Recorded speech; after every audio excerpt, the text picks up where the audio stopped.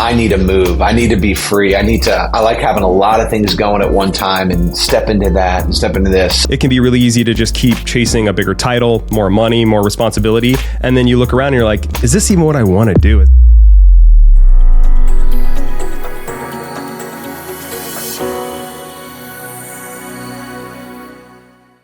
Welcome to the podcast, my friend. Really stoked to be able to catch up with you. It's been like 10 years since I've seen you. And my goal is to kind of just cover what's been going on in the last 10 years, talk about your career, leadership, and then nerd out on coffee. How does that sound? Yeah, 100%, man. That's what I love to do. Okay, perfect. So what I always like to do is like hit people in the beginning with like a lightning round. So I got 5 questions. Yeah. Okay. I want you to just right off the dome, answer them, don't think about them. So are you ready? Ready. Okay, Always first ready. Question, guilty pleasure. I guess the first thing that comes to my mind, and this is really guilty. Okay. This is almost, I'm embarrassed to share this. Okay, we might not release this episode then. But I would say, so my favorite fast food restaurant is Arby's. Okay. Okay. So I'm a huge fan of Arby's and I rarely get it. But if there's ever a time I'm by myself and I go to Arby's, I'll get their half-pound roast beef sandwich, and I'll get the buffalo chicken sandwich, and I stick the meat on the buffalo chicken, dude. And it looks like a murder scene at the table. You can't eat it in the car. I got to get in there. So I guess that that's the first thing that came to my mind as far as a guilty pleasure. Maybe more than what you or the audience was expecting to hear, but you should feel a little shame, but that is guilty. You did answer the question, right? I'm definitely embarrassed about it, but I'm being vulnerable here. So okay, and I appreciate that. That's what this is all about.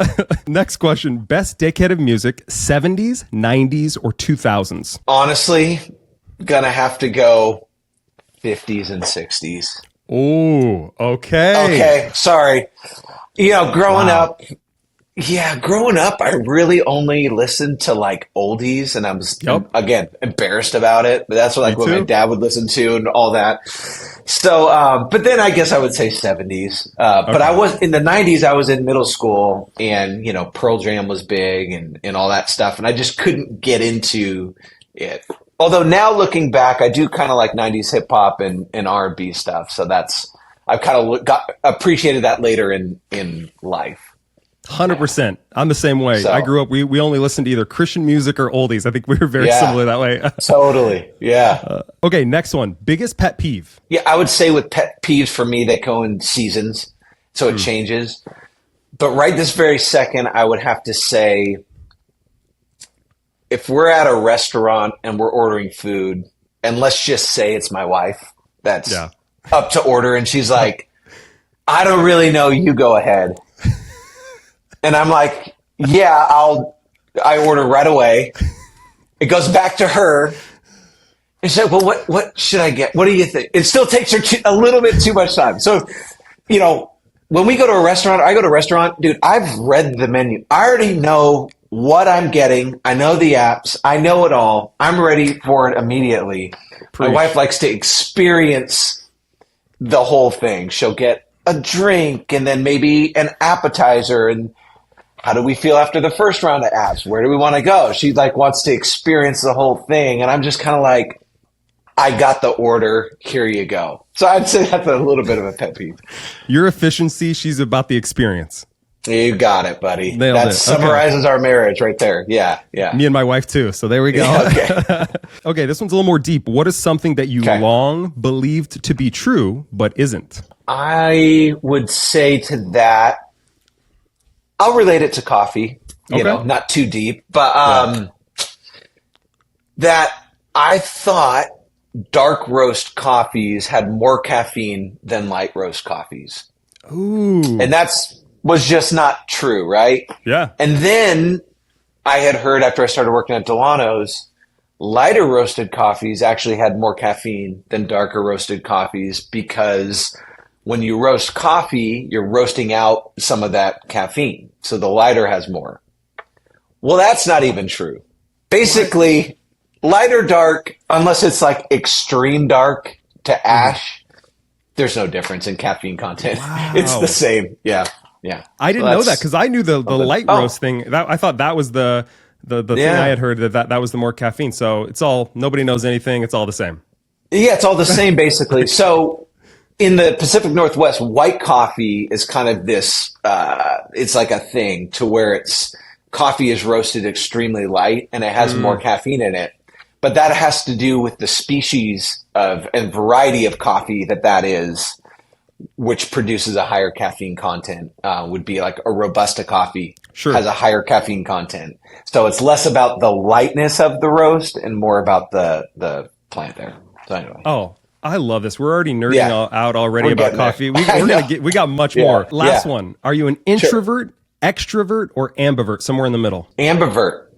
Okay. 100%. And I'm surprised you even know the term, because I felt like I read an article on it 10 years ago and I was like, oh, I guess I'm this ambivert. Never heard of it since, but that's me. So, I can rise to the level of an extrovert and do something like this to engage and be friendly, all that. But I need to recharge by being like alone and being quiet there. So, that's a little bit about me. Okay, so after this, you're going to be in a dark corner, just kind of in your feelings, because you're going to need to just get in my zone. Out. Okay, good. All right, I love it. So what I want to do now is transition and talk a little bit about how we met. So I actually have a memory of the first time we met. So I think I'm 7 years old. And our parents, I'm a young buck at this point, right? So little kid. And our parents go to church together, and they were hanging out. They were good friends. One night, you guys were over at our house, I think for a party. Maybe it was a dinner party. I'm not exactly sure. And I have a drum set in the basement. And it's a drum set that my parents had bought me like 4 or 5 months earlier, totally beat up. And I didn't know how to use this thing at all. I mean, I was just hitting random cymbals. Like, there was no rhythm, no rhyme. And so towards the end of the night, you make your way down and you're like, hey man, do you know how to play? And I was like, no. And you're like, all right, let me show you something real quick. So you hopped on the kit and you showed me the classic drum beat, the Michael Jackson, Billy King, Billy Jean. You waited till I get the hang of it. And then 28 years later, I'm still playing the drums. And I think I'm still playing the drums. And I think I basically have to say I owe my spouse and my coolness to you, because my wife said she only married me because I'm a drummer. Oh, heck yeah, bro. Well, that's insane, dude. Yep. Oh, yeah. Do you remember that night? I didn't until you started describing it. And then I'm like, you know what? I do have maybe a vision of kind of down in the basement area or something like that. I don't know if I necessarily remember it being the first time like you were playing the drums, but it's probably something like that. Something like that. But that dude, that's cool, man. I mean, I had no idea. I just, like you, loved drums early on, and I haven't played. Well, I don't really play drums anymore, but occasionally I'll get the call for church and go up and do it. And kind of like I'm a big fan of The Office, and so there's that scene where Jim and Dwight are going to pitch this big account. And the rival salesman of the town, Danny Cordray, is in there. Yes. And Jim calls Michael, who's in the middle of a meeting, and says, hey, Michael, we need you. We need you here. Danny Cordray's here. And Michael's like, oh, so you need the big guns, huh? And he's so excited to get to go sell again. Yes. Bro, that's how I feel when anyone at the church asks me to come in. It's like, I don't do it anymore, but if you need me, dude, I'll be right there. You're just dude. waiting. I'll You're run. praying. Begging. Totally. Oh, that's one of my favorite shows, by the way. So I'm impressed that you like that one. So after that, we obviously went to church together. Our families hung out probably for the next 10 years. And then I get in my 20s and you totally forgot about me. You abandoned me. I meant nothing to you. And so I figured we need to catch up on what you've been up to the last decade. Yeah, right, man. Oh my gosh. Well, I think, as we were talking a few weeks ago, might kind of be a little bit related family-wise, because our dog Blue was purchased from your sister's and husband's dog there. So are you like a cousin or an uncle? So I'm your uncle. Uncle? Yeah. Kind of You're my uncle and Blue's uncle. Yeah, basically that. Yeah. Yeah, so basically what I want to do now is kind of figure out like what you've been up to the last 10 years, right? So I know you've obviously, set up a really cool career, and really what I want to do is talk about career, leadership, coffee. And Cool. because from where I'm sitting, when I look at your career, you've been at one company for, I think close to 15 years, and you carved out a really successful career and been promoted really consistently. And so that's impressive. So I guess what I want to do is kind of start by giving a little context. You are the national sales and marketing manager for Dillanos. Not anymore. Not anymore. Tell me what not are you doing anymore. now? We have updates. We have updates. Oh man, you got to update that LinkedIn. But didn't man. mean to. I know. I got to update the photo too on there as well. But so anyway, sorry, I didn't mean to interrupt. No, but, it's okay. What's your title now? What are you doing now? I'm just doing sales right now. Okay, I'm back into just sales. So a little bit about kind of that journey there, and you were talking about kind of every few years kind of like growing and moving. So when I first came to Dillanos after full-time ministry, I really didn't know anything about coffee at all. I have a degree in sales and marketing. Sales has kind of always been in my blood, I guess you could say, but kind of came to Dillanos and was essentially an account manager. Mm-hmm. And during that couple of year stint, I got to work with some of our top accounts in the country, got to learn actually how to make and run a successful coffee business, and kind of like got to do meet with some great people. Shortly then after, I got into sales, and then I kind of went from there, became the sales manager, and went from there and became basically oversaw sales, marketing, customer service, business development, and it's a lot. Yeah. And kind of over that time in that journey, and I've got to experience a lot, I realized that I'm not doing the things that I actually love doing. And so as I would kind of like went over all this stuff, and we've grown tremendously over that time, and I'm super proud of the work and the effort. But when it comes down to it, like for me, I love selling and I love people, and it just started feeling a little bit too much like, I don't want to say prison, but the needs of the company and the organization, and it's a lot of, at least at Dillanos, we need a lot of documentation and training and just diving into projects for 3 months without really breathing for air. And there's people that are great at those things. I need to move. I need to be free. I like having a lot of things going at one time and step into that and step into this. So kind of just basically started since January, just kind of step back into sales, and we hired someone who's just been here for a little bit now, and she's doing a phenomenal job. Love working with her and all that. So yeah, I've kind of like went all the way to the top to come back to kind of doing what I like truly love to do and can find that. So yeah. So anyway, didn't mean to interrupt the whole thing. No, that's good. And it kind of reminded me of some questions I want to ask. I mean, first off, kudos to you for kind of leaning into your strength zone, as like I like to call it. Like, I think it can be really easy to just keep chasing a bigger title, more money, more responsibility. And then you look around and you're like, is this even what I want to do? Is this what fills my soul? Do I feel fulfilled? Does this get, when I come home, do I feel like I did what I really enjoyed? And so kudos for figuring out what that is, Absolutely. And it took that journey. And, the more that and I've had an incredible opportunity to spend with the owners of the company and the CEOs. They're two brothers. Like, I've learned just an incredible amount. And the more time, I spend with them and get to see how they build a company and run a company, do all of that, it's like, oh my gosh, like this is just, I don't know if not that I'm saying if they said, hey, we want you to be the CEO of Dillanos tomorrow, like I would not necessarily turn it down. Yeah. But at the same time, they would never do it. But I would just be like, I'd really have to like think, this isn't probably for me. Like I can't, not yet anyway. Yeah. I'm still young enough to, who knows what'll happen in the future, but youngish. Thank you. Appreciate that. You're welcome. But just trying to, so for right now, like the best way that I can really serve the company and help out is really by selling and getting back in there and being front lines. And, that's what I love to do. And so, it's a total blessing and truly happy all around. I love that.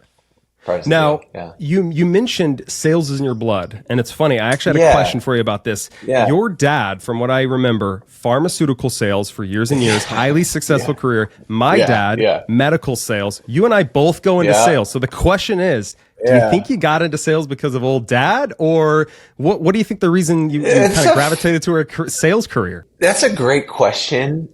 And I think it would be hard to say that wasn't influential at all, just because just growing up in the environment. But like, I can't remember a time or think like I saw my dad doing something where I was like, oh, that's what I want to do. Yeah. Like it just felt like growing up as a kid, I didn't really know what was going on. It's like, you know, my kids probably just think I'm a barista, truthfully. I mean, they're, you know, it's like, oh, you sell coffee? Oh, you're just, so I don't know if it was as much that as much as just like, I just was able to understand that basically everything in life is selling, really. Even me presenting this concept to you, you're either going to buy it or disagree. So it's like, I kind of like just naturally can cater to that, and I'm competitive enough to want to, you know, really make a great case, and truly at Dillanos, like we're able to help out better than any other coffee roaster in the country. That's like a fact, not selling.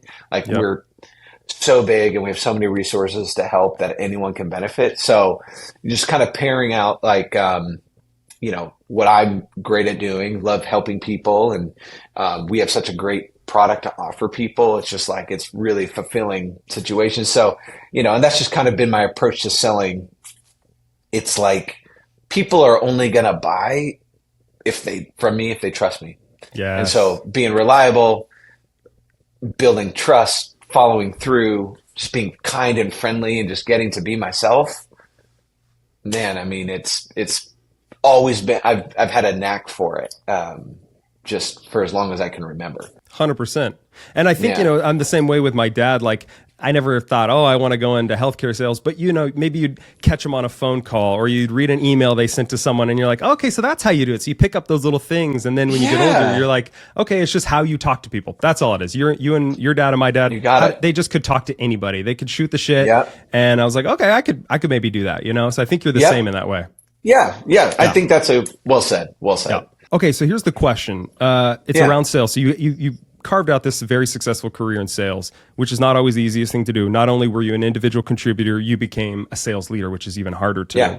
So I guess my question, someone's just starting in sales. They're 18. They're just getting going into sales. What would you have them focus on? What were the things that you would tell them to put their energy towards, if that makes sense? I was at a sales conference a year ago, and it was pretty much like, it was kind of like, I don't want to knock it at all, but it was just basically door-to-door sales is what this thing was focused on. Is like selling solar was a big thing, or different insurance stuff like that. And, you know, but what I was like, and I don't sell solar or anything. I was there to hear some speakers, but I think if you're like 18 years old and you want to get into sales, there is something about a door-to-door sales that can teach you just everything you need as far as like, am I cut out for sales? Of just like, you know, I mean, if you're, you know, I got a family, I'm not going to spend the time to do it, but as a hungry young sales guy that wants to go out there and is just basically responsible for themselves only, door-to-door sales, meet with people, connect with people, figure out what works, how you can get them to buy hopefully a great product, really. That's, you know, as long as you're doing that. Like, you know, I've had those bug guys come to my door before, and, you know, I love talking to them, and some guys are just awesome, and you're just like, dude, you can clean the bugs out for, you know, for payment. You know, I try to get a deal. I said, hey, I'll do it if you give me the hat that he was wearing. I like this hat. And he gave it to me, whatever. There you go. But, the reverse I don't know. I'd say, right. But I think something like doing that would get you just tremendous experience. At least figuring out if you're cut out for it, if you like it or not. So, and just follow through with what you say you were going to do. Like for me, I kind of have, I don't have like a policy for this, but zero unread email or text, like at all times. Yep. And at first I didn't realize until later, like, oh, that's how I stay organized. That's actually how I can manage my day and my calendar and all that. But that plays into like, vacation and responding. It's like, I am available at all times, not because Dillanos tells me I have to be. Yeah. In fact, they would say I don't have to be.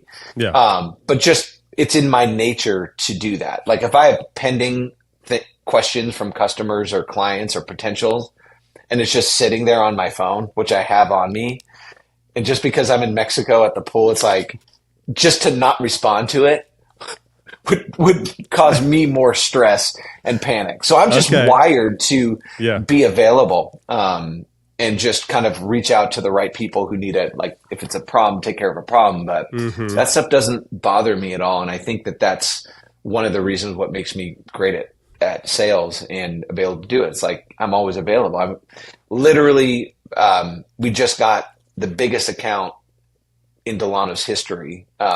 Just placed our first order a couple of weeks ago. It'd been a 2-year, thank you. It'd been like a 2-year journey to get these guys. And, I'm at the pool in Arizona for a soccer tournament. Okay. And I'm talking to one of my buddies. His kid plays on the team, and he was like, "So who are some of your, target accounts that you guys go for? Like, tell me about Dillanos a little bit." And so I mentioned this client. Well, 20 minutes later, he calls. The client calls out of nowhere. Wow. And I'm like, so I pick up the call, and that kind of, they were having some issues with their current roaster, and fast forward 2 months from that moment, it's like there. So, I mean, would we have gotten the account if I didn't pick up the call? Probably, I would have responded, but there's just something about like being able to do that. And of course I let him know that I was at the pool and had a couple drinks. Yeah, of course. But, sorry if I'm slurring my words here. Yeah. Of course we'll do it. Yes, for that price. Any price, you name it. Right, you name it. But it's like, if I wasn't available or something, like what an opportunity would have passed. And so, even at before Dillanos and before the church, when I was in college, I worked at Nordstrom and I sold women's shoes. And like, I would never take a lunch break because you never knew if that next person walking on the floor would make your week or make your day. And so just that isn't anything that I had to be told to do. It's just how I'm wired. I'm fortunate. I've been talking with a buddy of mine who is trying to figure out like, what is their purpose in life? Like, what do they want to do? Like, where's that goal? And they're trying a bunch of different things. For me, I'm just so fortunate to say, I know I'm going to have sales. So whether it's selling coffee or selling solar or anything, I know I have like a home base or something to look for. So if I didn't have that, it would be a challenge for sure to try to figure out kind of where I'm fitting in. So I've just been fortunate to have sales as kind of the core of who I am. I love that. For almost my whole life. Yeah. And it's AI proof, right? I mean, we hear about AI, it's going to take over jobs. If you're in sales, I'm pretty confident that you're going to be able to have a job in 30 years, 100 years, right? Absolutely. Absolutely. I mean, AI can help kind of create some sales scripts and help kind of like maybe write an email or something. But, every time I've tried to use AI for those things, I feel like I'm spending more time.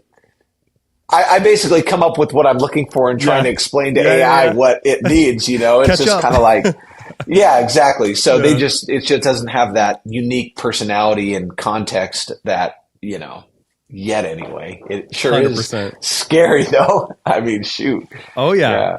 I mean, and for sure, I think it can enhance, but I think to go back a step, the things that like make a good salesman is obviously being hungry, right? Being available. And I think you brought up something earlier that I think is super important, which is if you have the right product, if you have something that you genuinely in your heart believe is good, that is of value to people, that can help someone, that can enhance their life, it's not really selling. You're just saying, hey, you have a need. Here's my product. Let's connect the two. And if you don't like it, you don't like it. There's somebody else who loves it, right? 100%. That's it. I mean, I tell our team all the time, it's like the sales team, we have like the luckiest job on the planet because we get to just go around and brag about each and every person that make it happen. That's it. That's cool. Anytime we get someone or a lead coming to Dillanos, I mean, the second they walk into our facility, and it is a beautiful facility, but it's like, you just feel the culture and the energy. And that's not something that's like fake. That's just genuine. And, we can get into culture and hiring and all that stuff a little bit later if you want. But like, we're so intentional about finding people who naturally align with our mission and core values.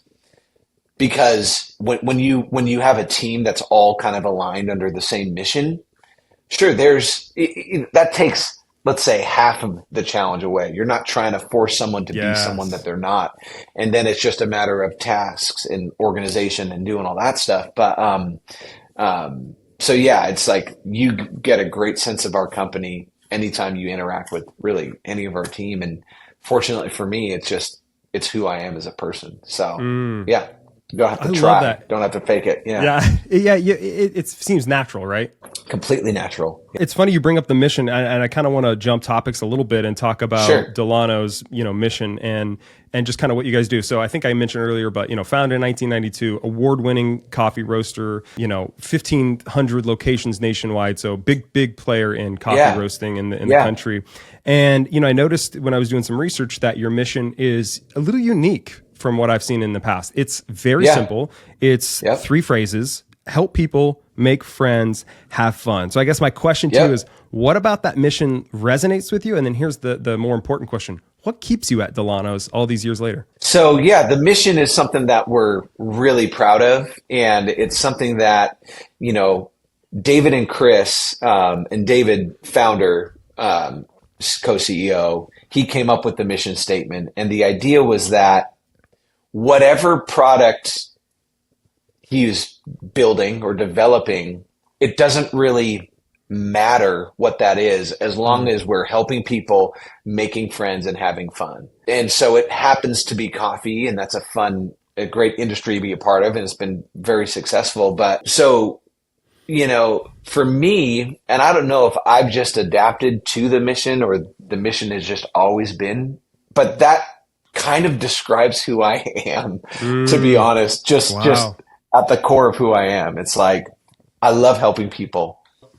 I love making friends. And I'm the friend thing is kind of, it's, people are like, well, I can't be friends with everyone. And that's fine. You don't have to be friends with everyone, but you can be friendly, right? There it is. So help people, make friends, and have fun. Well, of course. And so, and having fun for me is being able to kind of be who God created me to be, and just be free to be myself. And so it just works and fits with Dillanos there. So so that, I guess that answered maybe the first part of your question. And then what keeps me here?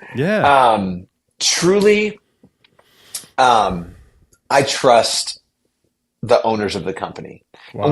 We have like maybe 115 total employees. So we're not like huge, but we're not like small. Yeah. But genuinely to the core, and I've spent so much time with David and Chris that I know that they actually genuinely care about me and my family. Wow. And that is important. That is something where, and not just me too, like everyone in the company. Wow. Even though people may not feel like it at times, where it's, things are changing or the company is growing or implementing different things, and employees have, of course they have questions and concerns and challenges. I know their hearts at the core are good, and they care, and they care about everyone. And so, that's why I've been here for as long as I have. And it got crazy a couple years ago. I'm like, dude, I'm almost 40, and is this it for me? Is this where I'm going to retire? Like, that would have been insane for me to think about 10, 15 years Weird prior. Concept, right? Totally. But you get there and you're in it, and like, wow, this is this is great for our family. This is great for me. Like, I don't have any issues. And of course, I've had many different opportunities to go elsewhere and things. And just, I never felt at my core that it was the right time for whatever reason, or the right fit, the right situation. So, my whole thing has always been like, hey, it's good when it's good. And if it's not good, then, we can leave and be happy with how it went. But, at this point in my career and in my life, it's like, I'm in it to win it, man. There's enough coffee out there and opportunities there that they need Dillanos' help, and I'm going to find them all. We'll get them on board. Yeah, so I love doing it. It's so fun. And you've been doing it for a while, and I think the thing that kind of stands out to me, Dave, is like, I chat with clients all across the country, across the world, and clients that work for big companies and small companies. And I just tell you how rare it is that you can work for a company that you feel like you're an individual, that you're not just a number, right? So that's number one. Yeah. Number two, that the mission actually aligns with who you are as a person. I mean, I've worked at some major banks, and it's, we want to sell products to people and improve their financial life. I mean, I don't know. That's not my passion, to improve the financial life of someone, but like a mission of helping people, making friends, and having fun. Yeah, I want to do that all day long. So I think it's pretty special that you've found that, and it makes sense that you've stayed there. I guess if you had to specify one thing that's special working for a small company versus a big company, because you worked at Nordstrom, obviously large retailer.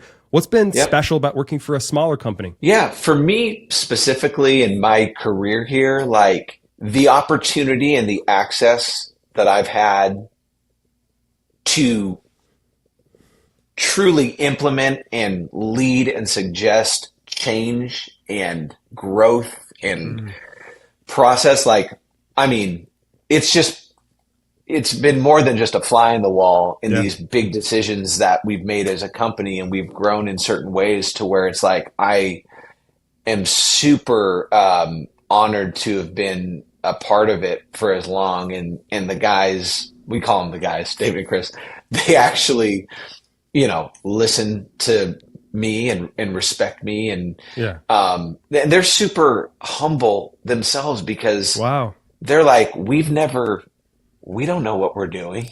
They don't take themselves too serious. We're making it up as we go. We're from Buckley. We built this thing, and David had visions of what Dillanos would be in weird ways, but to some level, it's way beyond anything that they've done. Just I've observed, and they're stepbrothers, and they have very different personalities.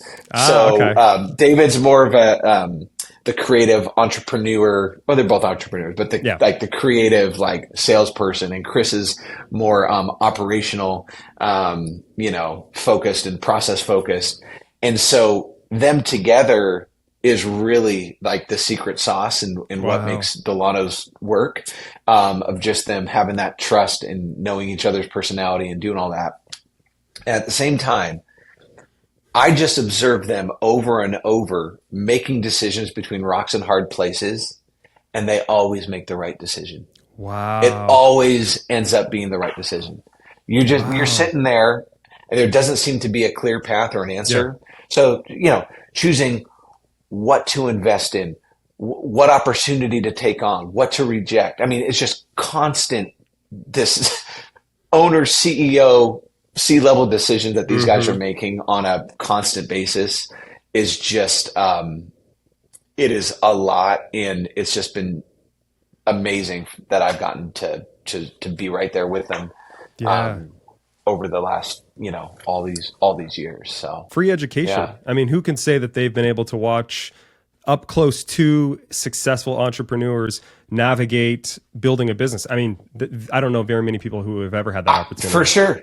Oh, I know. And that's where, the more you know, the more you realize, holy cow, there's so much to it. I mean, it's easy or it could be easy for some people to be like, to kind of, they've been doing this since 1992. Yeah. They did everything. They when they were roasting coffee in their warehouse, they actually became allergic to, we call it green coffee. Coffee before it's roasted, it's called green coffee. Yes, sir. They're both almost deathly allergic to green coffee. What? You know, sleeping on the floor of these roasters, all this stuff for all this.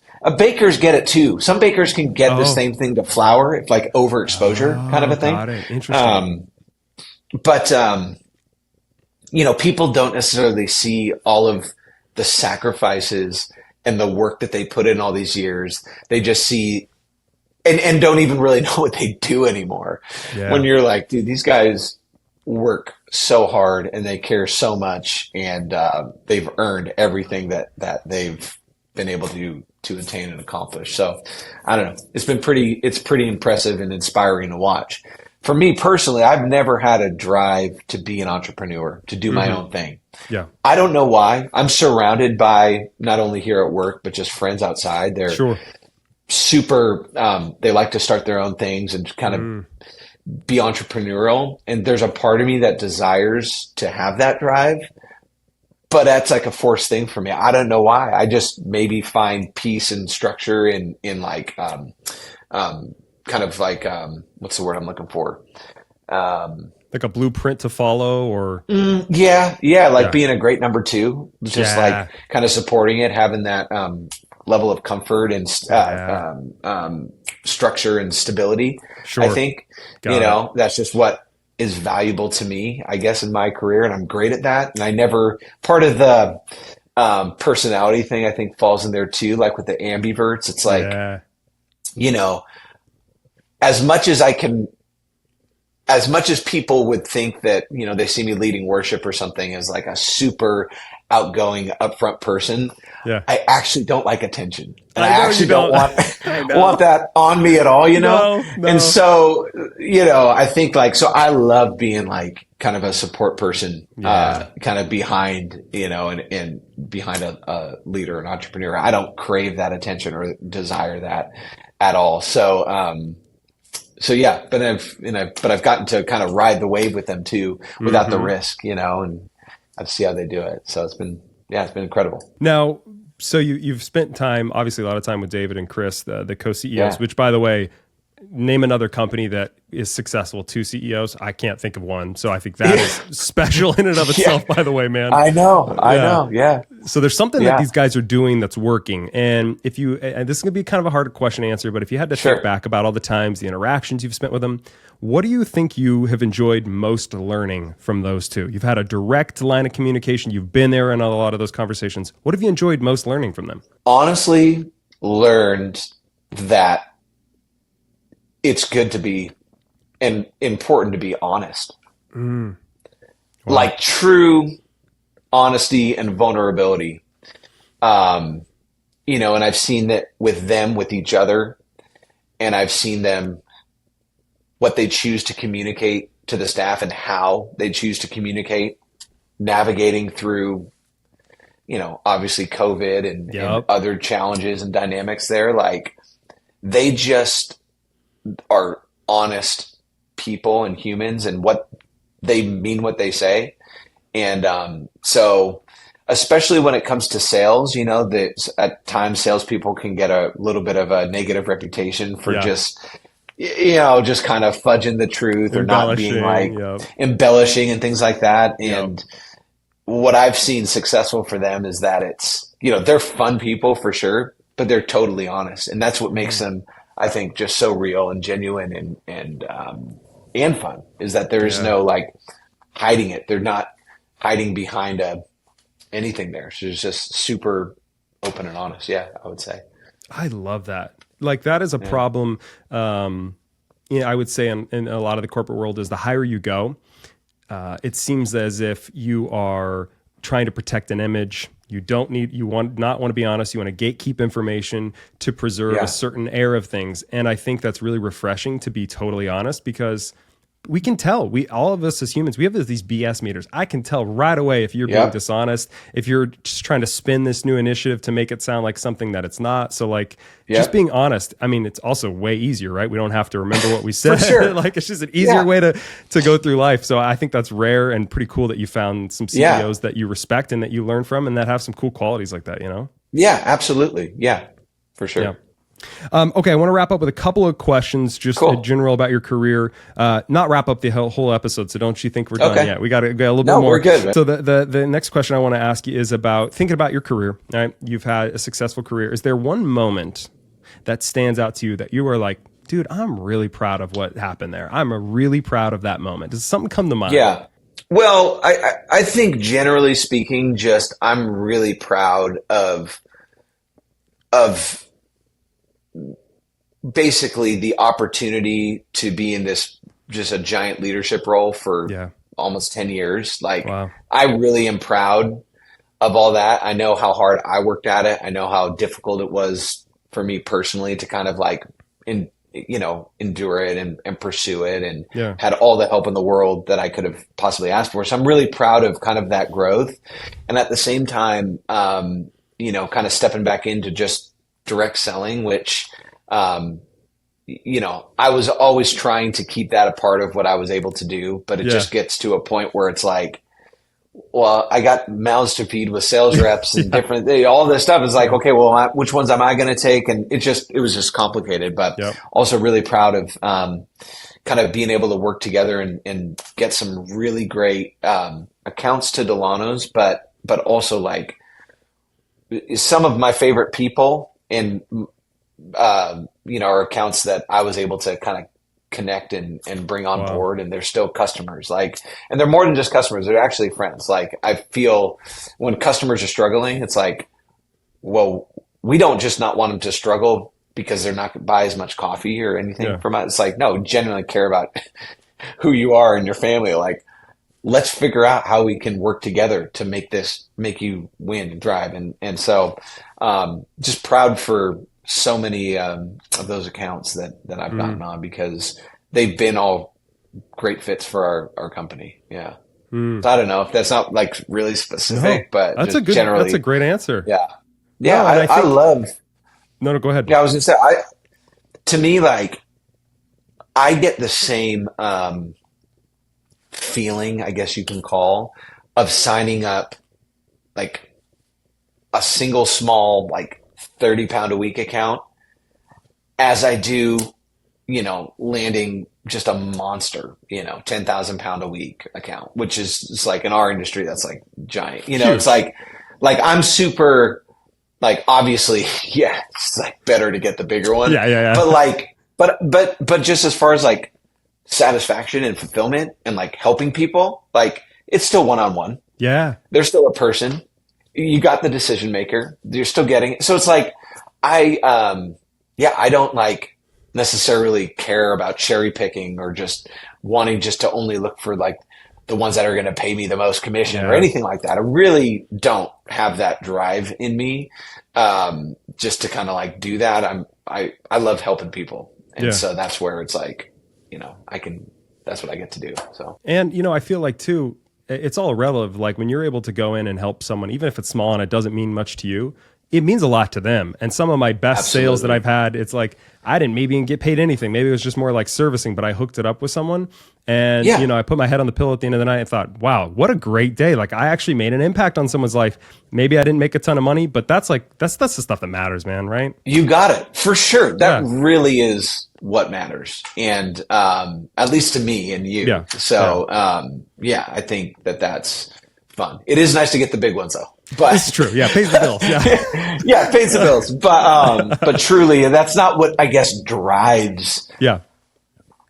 I mean, it's in there for sure. But it's not like the main driver. No. Like, I'm not going to just, you're only this. Well, forget it, and never do that. Yeah.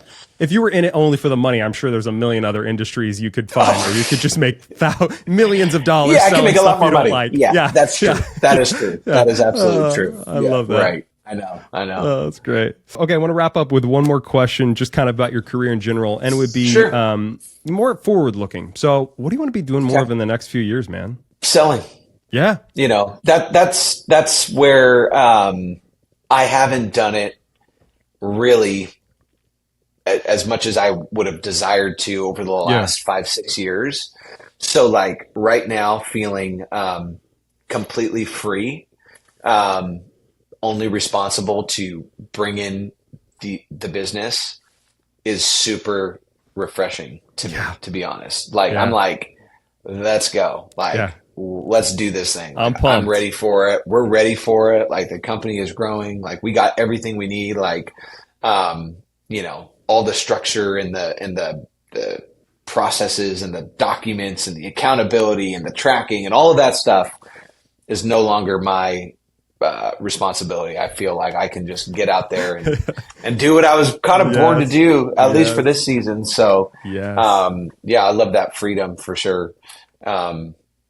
Just to go in there and bring in the fish. Speaking of fish, we're gonna be talking about fishing today. Okay, I figured we might. Yeah.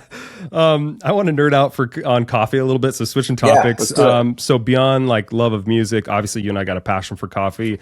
I don't know if we both got our passion from our dads. I knew my dad worked at the coffee stand every Sunday, got me exposed to coffee. Your dad was always sipping on espresso, buying the newest machine. So we probably got our start there. But I guess the first question I would ask is like, what does coffee mean to you? Well, coffee is a career for me. Yeah, I mean, so I would say that. I mean, honestly, like, it's kind of become, it's like, I don't know if it's the right word or not, but ritualistic for sure. Like, I have to have coffee.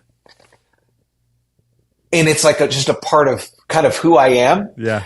So not to say that it's not like special. Yep. It's just like now it's just like in me. It's just like what I do and what I consume.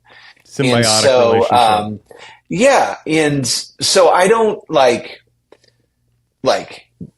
necessarily go out to all the coolest coffee shops. And if I do, I'm just going to try to get them to buy our coffee. Yeah. So I'm always kind of looking at it from a sales lens, and I will explore and travel and get to see some cool things and try to get to the owner and all that stuff. But it's not, so it's a little bit more like work functional, which I'm actually okay with, than like just going and drinking this beautiful geisha coffee that I drove like 45 minutes to go try this one thing that they're doing. Yeah. It's like, it's not as much of a treat in that way as more as it is just like a part of kind of what I consume, who I am, I guess. Yeah.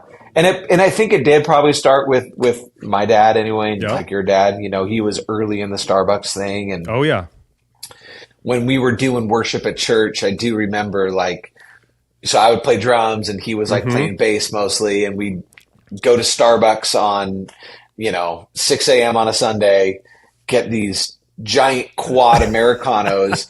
And I would put cream, 4 sugars in the raw, and cinnamon. Wow. Whoa. And I'd just drink that thing, and that would be my drink. And I was doing this probably at an early teenager. And that would be like a treat.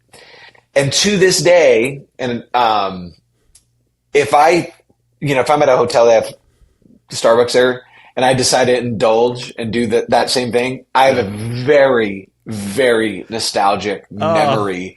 It just takes me right back. It tastes just like I remembered it. Like something about, and then the other day I was actually having coffee with a buddy, and I usually just drink like either espresso, cold brew, or drip. I always drink it all black, pretty much. Thank God. Exclusively. Thank God. Oh, good man. Now I'll tell you this. I got some drip and I went over to the counter to get a napkin, and they had some half and half. I was like, I'm just going to try it. I put it in there. Bro, it was so good. It's smooth. It's velvety. It was like, so this is what's going on. People have figured this out for a long time. Something about just having just cream and coffee was like, it was such a nice change of pace, I think. Perfect. But I'm like, man, maybe I have to start doing that a little more often, because I've just been like so hardcore, like espresso or just cold brew or drip. And I really do enjoy tasting coffee that way. If I'm really trying to like understand and appreciate it, that's how I'll drink it. But there's nothing wrong with putting a little cream and some drip every now and then. So that was pretty, that was a treat for me. I freaking love that. And, I think you'd probably get a lot of judgmental looks at Dillanos if you were drinking the real sugary drinks. Because, I mean, you're not really tasting the coffee. You're just having like a fun, you know. But people do.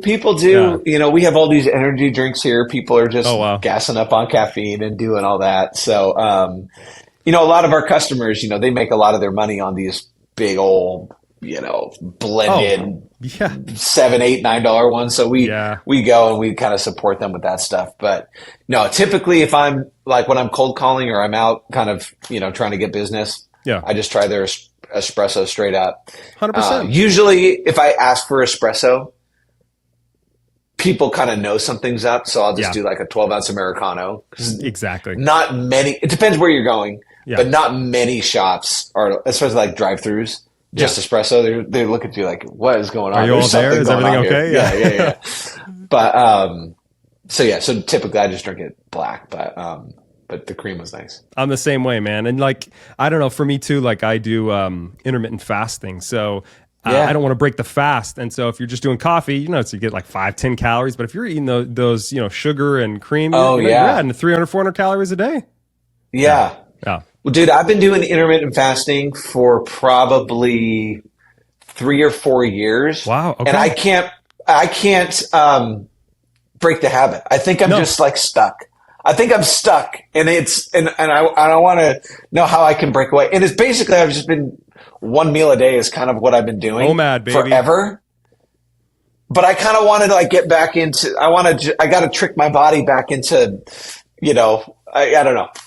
So you miss breakfast foods too. You probably miss breakfast, right? Because you don't eat that ever, that kind of stuff. I never eat breakfast. It just kind of worked naturally into my schedule that it's like, by the time I get the kids out of the house, I get to work, get on the road, blah, blah, blah, do all that stuff and pick them up from school and get home. I'm like ravenous. And so I'll just crush a meal, take them to soccer practice, and then I'm done. That's just kind of my life. But I would like to start getting into a little bit more of a balance thing. Well, so maybe we can talk about that in another podcast. Okay. I'm just also thinking I'm the same way. I've been doing this for now maybe about 7 years. And, it's great for your lifestyle, right? So it's lovely to not ever be hungry at lunch and have that midday slump. It also changes your relationship with food. Like, am I really hungry? Am I not hungry? Because you're really not usually hungry. It's just your body, releasing ghrelin, which is, kind of signaling that you're hungry, but you're not.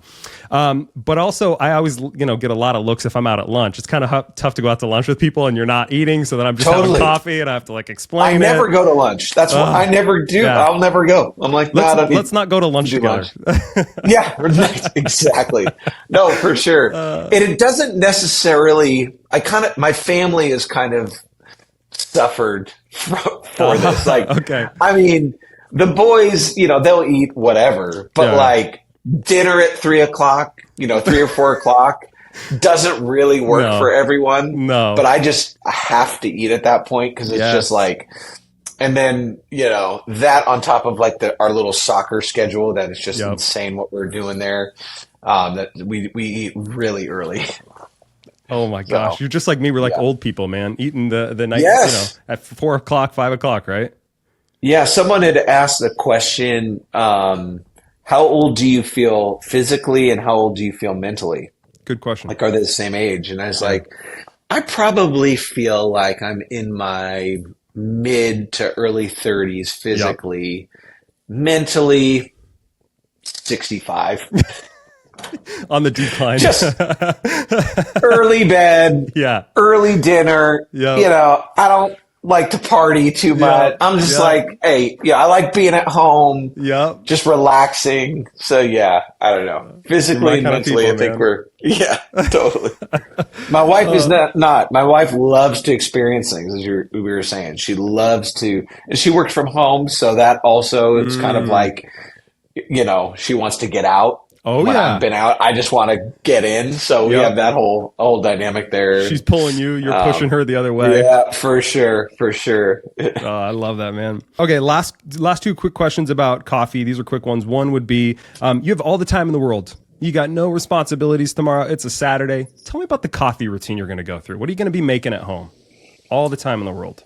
As boring as it may seem or sound, like I had an espresso machine for years at home.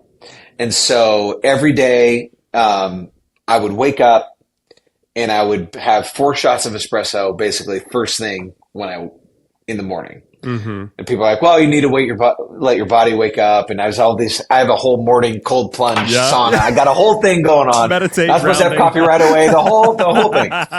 The whole thing. I got it all. But I love it. But I got so irritated with how loud the grinder is and how loud the espresso machine is. Yeah. I was just like, and it was just like worried, like I was waking up our kids and all this stuff. And it's just like, you know what? Got to switch gears. So I ended up getting a Breville like brewer. Oh, sure. And it's I don't remember the model of it. Yeah. So I'll grind up the coffee the night before, put it in there, set a timer. Yep. And so now I wake up to brew the smell of coffee. I wake up to the smell of coffee. No, there's not. And it's hot. It's perfect. It's incredible. And so I have been enjoying that a little bit. And I guess one thing that this brewer does is it can also do cold brew. And I haven't messed with that setting yet. So I think it's pretty easy to do. So maybe you've inspired me to get the cold brew setting dialed in and have that thing so I could wake up with some real cold brew in the morning. Would be a fun deal there. But so that's how I would prepare it at home. Yeah. But I guess if time didn't matter and I could do whatever I wanted to do, I think it would be fun to just go to basically my buddy and I who owns Anthem Coffee. Oh, which yes. I don't know if you I got to check out. Not yet. Okay. Check it out. So he's got 6 locations in Washington and he has those 2 in Arizona. Oh, okay. So we were going to do this whole YouTube series, basically copying Portnoy's pizza reviews, but we were going to do espresso. We were going to do espresso. One sip, exactly. We were going to do espresso reviews all over the place. Yes. So if really like I had no time or responsibilities or anything, something like that. Tasting all the coffee around would be like fun. That would actually be fun to do. Dude, you need to do this, man. I don't think anyone's done this on YouTube. Like, I feel like you could corner the market. No, we could. No, we had the idea like 3-4 years ago. You know, I'm growing it out a little bit. I appreciate having some fun with it. Yeah, I appreciate it. Yeah. Thank you. My wife, not so much, but no, she's okay with it. As long as I keep it a little scruffy over here. It's all right. Okay. No baby face. Yeah.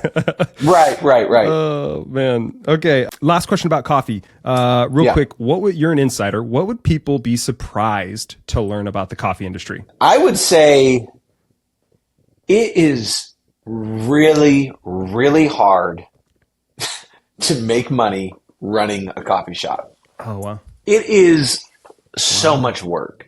Yeah. So please go support your local independent coffee chains, ones that, and of course, like down by you, I think, there's a lot of BlackRock down there. Yep. There's like Dutch Brothers and stuff. Those are a little bit more, no knock on those guys. Yeah. It's a little bit more corporate. Yeah. Like if you can find those small cafes and, kind of support them, like the people that run all these places and start it, they really just want to serve their community. That's like the core of what they're trying to do and provide a great place and employment. And it's like, it's really a lot of work. It's really hard, finding great staff to keep and tips. It's just a lot, and so I would say that as much fun as it looks from the outside of running a couple coffee shops, and it certainly is that, it's a lot of work of blood, sweat, and tears. And, the people that do it are incredible, inspiring, entrepreneurs. So I don't know, maybe that is a little different than what you were thinking, but well, it's honest. And I feel it's like about the industry. Yeah. These are people that are passionate about it, right? They have made it their life's work. I mean, I was listening to the DCR podcast, which plug for people that are listening, Dave and one of the CEOs recorded a podcast, and just hearing the story of these people that have started these businesses, and you can just tell it's like it's in their core. They're passionate about this. So it would be hard to believe that passion doesn't make its way into the product, and it's a superior product, right? Yeah, absolutely. Yeah. So for sure that, and then maybe just an industry. Yeah, I guess an industry thing is like, there's 2 like main species of coffee. We were talking about that a little bit earlier, Robusta and Arabica. And so Robusta coffee is a little bit more of like commercial grade coffee. It's kind of what you see in a lot of like the grocery store tins and things like that. Cheaper coffee. A lot of that is just like, these giant machines will come through and they take ripe and unripe, and they're just trying to extract caffeine at that point. But the majority of our industry, and even Starbucks, to be honest, is using kind of Arabica, specialty grade coffee. Coffee gets graded, and anything above a score of 80 points on that coffee is considered specialty grade. And so that coffee goes through quite a journey from seed to cup, like almost like 150 different steps it took for that coffee to get served to you. And the dedication and commitment to, harvesting only the ripe cherries and is just big. And like a coffee tree. So coffee is the seed of a coffee cherry. It's the seed. And a coffee tree produces, specialty grade, 1 to 2 pounds of coffee a year. One tree. 1 to 2 pounds of coffee. Yeah. Wow. So you look at how much coffee there is in the planet and how much commitment and dedication there is to get that. Like, it's quite a journey, and really cool thing to be a part of. But wow. Yeah. So it's worth it. Hands are touching it too, right? Like, that's incredible too. So, more than you can even count. Yeah. I mean, and a tree takes, basically, it will take like 3 to 4 years to produce fruit. So after the crop, they cut the tree down and it regrows. Wow. So all these farms, they have these different parcels all over their farm that they have it segmented out. So there's coffee year, every single year. Yeah. But just the cycle. And essentially one night of frost will wipe out a whole coffee crop. That's why it's really only grown just north and south of the equator there. And so, you could probably grow it in different spots in North America, but, but it's so climate controlled. It's pretty crazy. So, yeah. Ooh, interesting stuff. And it's crazy, I think I read the other day, 92% of the people in the world start their day with coffee. Like, this is just crazy to me. I think that it's just that many people. We're all sharing this.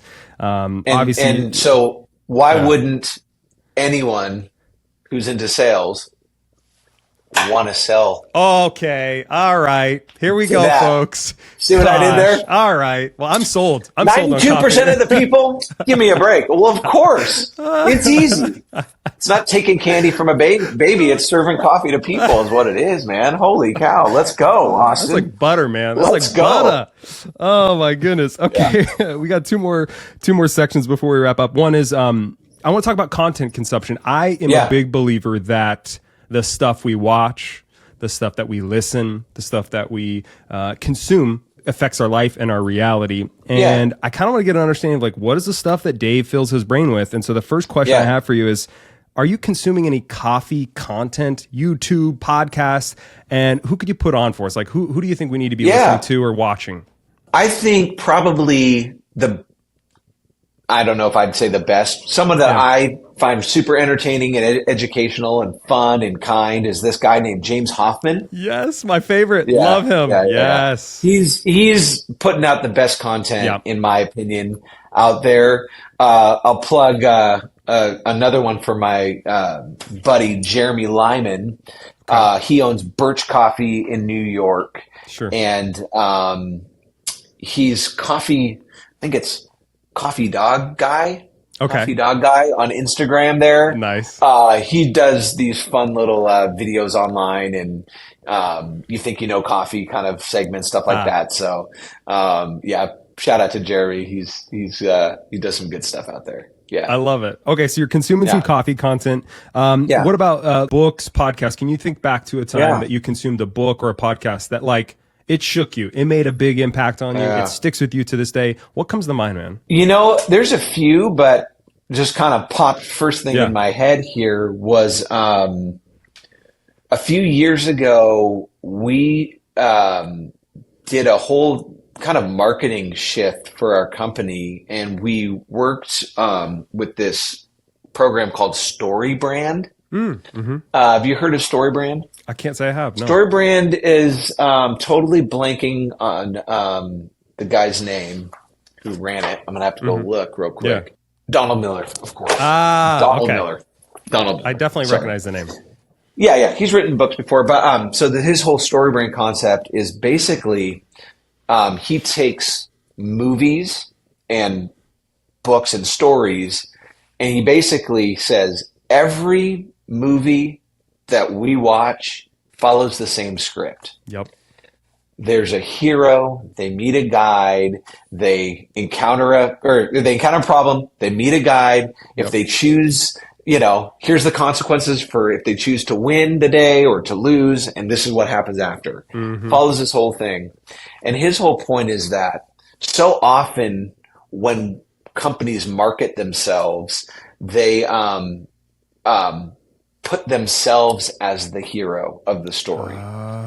And without even realizing it, the customer senses a conflict. Interesting. So the way that it works for, a way it could work for Dillanos, and something that we did was like, we would say Dillanos is an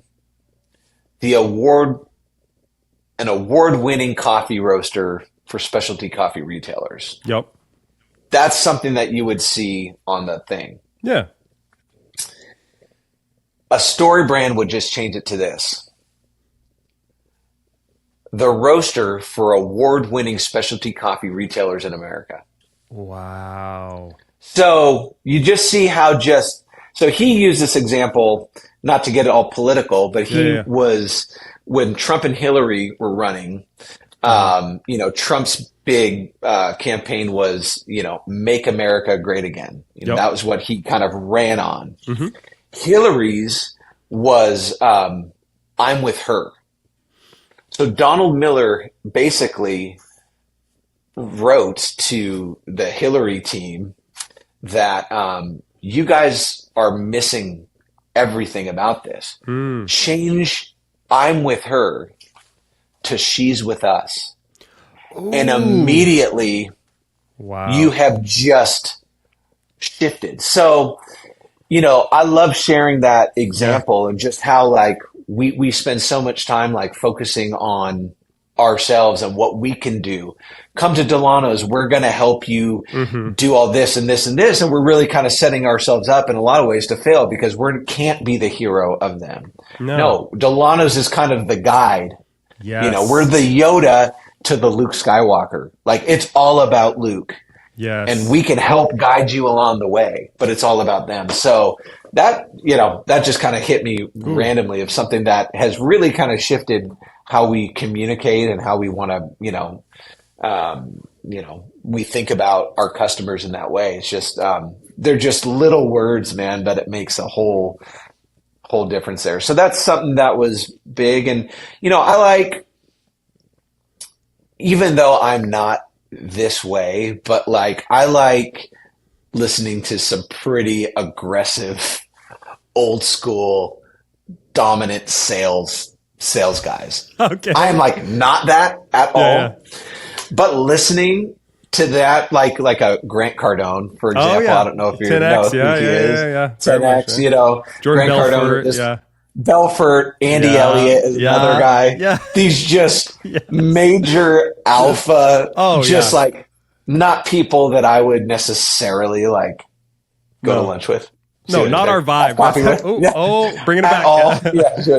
Call back. But but there is something that I find really entertaining about listening to what they say. And it motivates me personally to do it my way. It gives me a little bit of that juice there to be dude, let's go get it. I can make another call, or I can just go down that mile. I can do that. So it does motivate me personally to do that, even though it's I would never run a sales team how they would do it. But they have some good content. If you can kind of look past all that and just focus on that. Yeah, the bravado of it. Exactly. I don't know. It's just something. I saw Andy Elliott at a mall the other day. No the way. reason I picked him out is because he was just wearing the world's tightest short pants and the smallest shorts. Yes, totally walking around with his.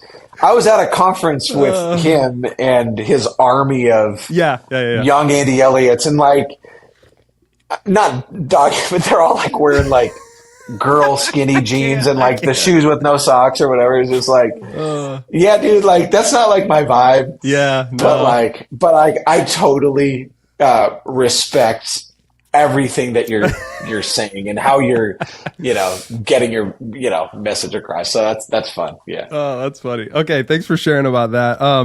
Sure. I want to wrap up and talk a little bit family background and some passion. Yeah. So, is it okay if I confirm a little story with you to kick things off? I want to confirm that this actually happened. Let's do it. Okay. So, fair enough. Allegedly, my dad taught you everything you know about fishing. You're a fisherman. Everyone knows that about you right now. Your LinkedIn photo is you fishing. And so he tells me this story that essentially he invited you to this kind of fishing group he put together at church. And, he uses the term, I didn't say this, he said it, that you're a city boy. So he was surprised that you even said yes to go. So you go on this fishing trip, you catch a little fish, you catch the bug, as they say. And then you guys kind of lose contact. You're not fishing together much. And then a few months later, you invite him to go salmon fishing. My dad had never been salmon fishing. And so he goes with you. You set him up at this really good part of the river, he says. And then you go upriver somewhere else. And he spends 2 hours not catching a thing, throwing out the rod's messing up, everything's messing up. And the whole time you're just pulling in big fish after big fish after big fish. And then he says, okay, well, Dave, finally, threw some pity on me. And he says, okay, we're going to go find a new spot. Come to find out, you sabotaged him and put him in mud up to his knees. You and him are pulling each other out of the mud for an hour. He catches no fish. And he's like, this guy just set me up. Can you confirm, did this actually happen? 1,000% accurate. Yes. Oh my gosh. I forgot about that we did get stuck in the mud. So so first of all, I do give 100% of my fishing passion is to your dad. 100%. Coming in, man. I had always had a desire to fish. My dad a little bit, he just can't. He's not outdoorsy at all. He lives indoors. Never lives indoors. Yeah. Vacation is Fox News and air conditioning. There for it him. is. Okay, that's his deal. Maybe not Fox News anymore, but so yeah, I always kind of wanted to fish. I was always like intrigued by it, and then when the group started at church, I'm like, I'm just going to learn, and just kind of like talk to your dad, and I don't know. Invested $400 or $500, nothing crazy at the time, just to get into fly fishing. And man, he taught me how to fish and he taught me what to get, and we kind of got into it. And so I just started getting tired of catching the little trout that Roger was catching. And then I kind of went up to bass, and then I caught my first salmon, and it kind of like took over from there. But where I took your dad, I remember, and I wasn't catching fish left and right. He probably thought so. It was He's known as an embellisher. Yeah. He's embellished it. But so where we were fishing, like the tides come in and out. And so the tide had just gone out. Oh, no. Oh, my gosh. And he got stuck. He's a big guy. Dude. Oh my gosh. We survived it. Oh my gosh. That was so fun. Oh my gosh. So it wasn't meant to sabotage. It is totally, completely 100% true. Okay. Verified. Right. Yeah. Are you still fishing? Those were the days. So, we didn't, once we had kids, our two boys, I really couldn't be gone. Yeah. Like an entire day, which is what this kind of fishing kind of required. And I actually kind of realized that like low and slow barbecue, like kind of like gives me that same feeling of fishing. You can't force it. Yeah. You can't rush it. You're just out there and you just have to just like be in the moment. Yeah. And that was like super therapeutic for me. And barbecue, low and slow, kind of was the same thing. You can't rush the process. Yep. So I kind of started getting into that. Haven't done much salmon or steelhead fishing, but we did just move to a lake out here, Lake Taps. Ooh. And yeah, man, I got a little fishing boat, and so get out there and get after the bass. And it's a little creepy because I've caught 5 tiger muskie. If you want to ever look up a tiger muskie. Yeah. It's basically a dinosaur.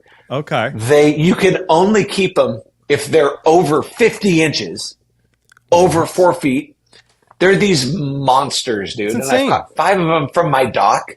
Oh. So, like, my kids are like, are they swimming around here? Are they going to bite me? Of course they won't. But so it's been fun to get out fishing again and a little bit, just on our little boat and get out there and do it. So I love that. Yeah. And it's Rocco and Asher. It's Rocco and Asher, right? Rocco and Asher, yeah. Are they into fishing? They're more into catching than fishing. Okay, got it. They want the end result. But they do, but they're getting better at it.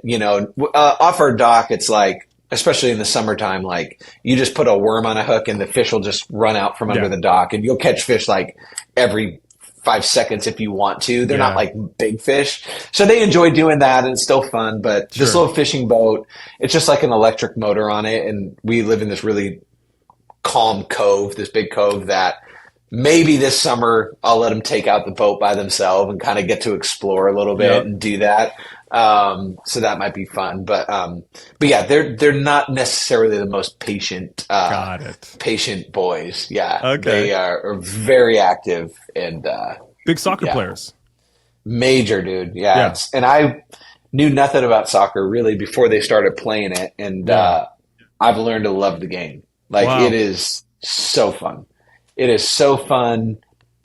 I complain about how much time it is, and we're driving all over the place for their practices and games and stuff, and our weekends are absorbed with soccer. But man, I wouldn't change it for anything. I'd like live it up and appreciate the moment. And watching, I remember when Rocco probably was 5 years old, his first time doing soccer. He didn't start this game, but he came in off the bench. And when he came in off the bench, he provided just this spark and this boost of energy to the entire team. And he like scored a goal real quick.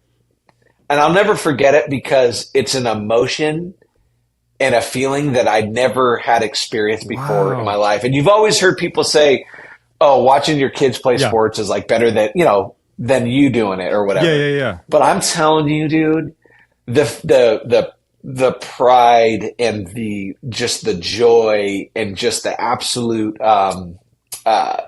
it's incredible. The feeling is so unique, at least for me, to kids in sports. Yeah. And so getting to watch our boys, do something that they love and they're passionate about and thrive doing it and be challenged. Like I didn't realize how important sports are for kids. Just understanding life, development, winning and losing, doing stuff that's hard work. It's like teamwork, especially with soccer, the huge teamwork. And you're like, what a lesson. Yeah. What a great education. Like, so I'm like, we're so excited that they have soccer or something to do that. Because if not, or if they weren't into sports, what are they going to be be just playing Fortnite all day? Come on. Coffee. Maybe eventually. Maybe. Maybe eventually. But it's just kind of like, I don't know. So I'm like we're super proud of that and thankful for it. And it's fun, man. We're going to San Diego for a soccer tournament. We're going to Puerto Vallarta this year for a soccer tournament. Rocco's 12. It's insane, but what a life experience. Yeah. I know. I didn't go to those kind of places at 12, that's pretty neat. Yeah. No, it's ridiculous. It's just like, it's a little ridiculous. And at the same time, it's like, I hope they appreciate how special it is. Yeah. Totally love it. Yeah. Now, when you're not doing soccer on the weekends, what do you and Alicia, which by the way is your beautiful, amazing wife, who I grew up and knew, and I got to basically, I don't want to say that I was a matchmaker to put you guys together. Yeah. People have said that about me. I don't want to say that though. She's actually said that about you. So thank you. There you go. Good. Yeah. When you guys aren't doing soccer, what do you two love to do together? I know you're a big cook. Do you guys cook together? Like, give me the vibe on a weekend. It's just you two. You got no soccer. We both, so we've been married 16 years. Wow. And it's been great because at the end of the day, we want the same things in life. Yeah. And we actually enjoy the same things. Yep. Now, how we experience those things and do them, couldn't be more opposite. So our challenge comes with getting to that result there. But we both enjoy, and I really appreciate this about her, even though it may seem surfacey, but we both enjoy great movies, great acting, great plot. Ooh, like into great shows. Not like there's so much content in TV that I personally just can't get behind because the acting not good, the story is not that great, whatever. It's like, and I know a lot of people like, so if I were to say like a show like Breaking Bad or Succession. I don't know if you've seen either. Obsessed with both of those, personally. Yeah. Well, I thought Breaking Bad is my number one all-time greatest show. Like, I measure everything by that. Succession, though, dude, it's maybe 1A, 1B. So phenomenal. And the New York vibe. I lived in New York. The whole thing. A decent amount of time in New York. It's just, they encapsulated it perfectly. They did. And so you appreciate that, too. Now, 100%. I know people, they don't. They can't get into Succession. Well, you should not be those friends with those people. Yeah, dude, right. You gotta cut so I'm so thankful. I'm so thankful. My wife like loves that stuff too. So we can do that. And the same thing with food and like just appreciating great food and restaurants. And so we don't necessarily cook well together. We're both trying to but like she'll do a dish, I'll do a dish. Like we'll like work together to make something. But I was a super picky eater as a kid. And somewhere along the way, I was like, found myself watching Food Network. I was probably like late teens. I remember it was like Bobby's Backyard Kitchen or something. Bobby Flay, like his first show. Super low budget thing, but like I kind of was like intrigued by the craft of it and the art of it. And then I kind of was like, okay, well maybe I'll start cooking. And so I remember I cooked like fajitas, and I'd always eat fajitas at restaurants and I always get them at Mexican restaurants, but I'd always, never eat the peppers and onions. And everyone's like, well, dude, there's flavors there. And I'm like, not going to do it. But when I made it myself, I felt good about eating the peppers and onions for whatever reason and realized, okay, peppers and onions. Vibe. Yeah, this makes sense. Totally. So I just like, kind of like slowly started like, learning a little bit how to cook and, watched the show Top Chef. Great we show. Had watched every episode we haven't watched it in a few years, but, so into that stuff and then traveling, got to experience like incredible food. But, my biggest little cooking hack tip would be my go-to search for any recipe or a dish, Serious Eats. Oh, I've heard of Serious Eats. Heard of Serious Eats? Yes, of course. Serious Eats and Kenji Lopez Alt. Big inspiration is everything. And because anytime I would try to find a recipe or do something, I would always veer off the recipe because it just didn't taste right. I'm telling you, Kenji's stuff, follow it to the absolute T. He knows what he's doing. Perfection. Absolutely. 100%. So anything we cook, it really is great. Mostly all to Kenji's stuff. So we do appreciate great meals. So want to wrap up with the last thing. What I always like to do, leave listeners with a challenge. I'm a big believer. The whole reason I started this podcast, man, is because I just want to help people. I want to help people get further in career, do it the right way, make the right decisions, take action. So thinking back to your career, all that kind of stuff, if you could leave people with a challenge, something that they could do over the next 2 weeks to see some movement, whether it's in their career, in their marriage, what do you got for? What could you share? I would say be patient and be consistent. I think so often today, and stuff I've seen with, just actually anyone in the workforce, young and old, but there is a little bit of an unsettling spirit that maybe the grass is greener at other places, or if you can't provide this for me here, I got to go find it somewhere else. And I would just say, you know, my career has been opposite of people kind of coming and going and changing and moving, and it's more my personality than anything. But I'm seeing and the rewards of being, I guess, loyal. I don't mean that like negatively, but of just like getting planted and growing roots and learning with where you're at. And you know, there's a phrase, it's the grass isn't greener on the other side, it's greener where you water it. So kind of like water your lawn a little bit and take care of your lawn. And you know, if you kind of have like a pretty good thing, it's probably good enough. You know, it's not like, I'm not saying like stay in an abusive place or a place you don't feel valued or anything like that. But like, hey, if you got something good, like commit, work hard, have honest conversations with your leadership of what do I need to do, or how can I improve? How can I advance? You know, what do you need to see from me? And don't just expect to get more money without accepting more responsibility, and just put yourself in a position to actually hear it. There's a book, it's called The Ideal Team Player by Patrick Lencioni. It's called, and in The Ideal Team Player, it talks about the ideal team player is hungry, humble, and smart. Ooh, and like, if you can just kind of get those things in your life and your career, I think most companies will reward that and see value in that and try to find that.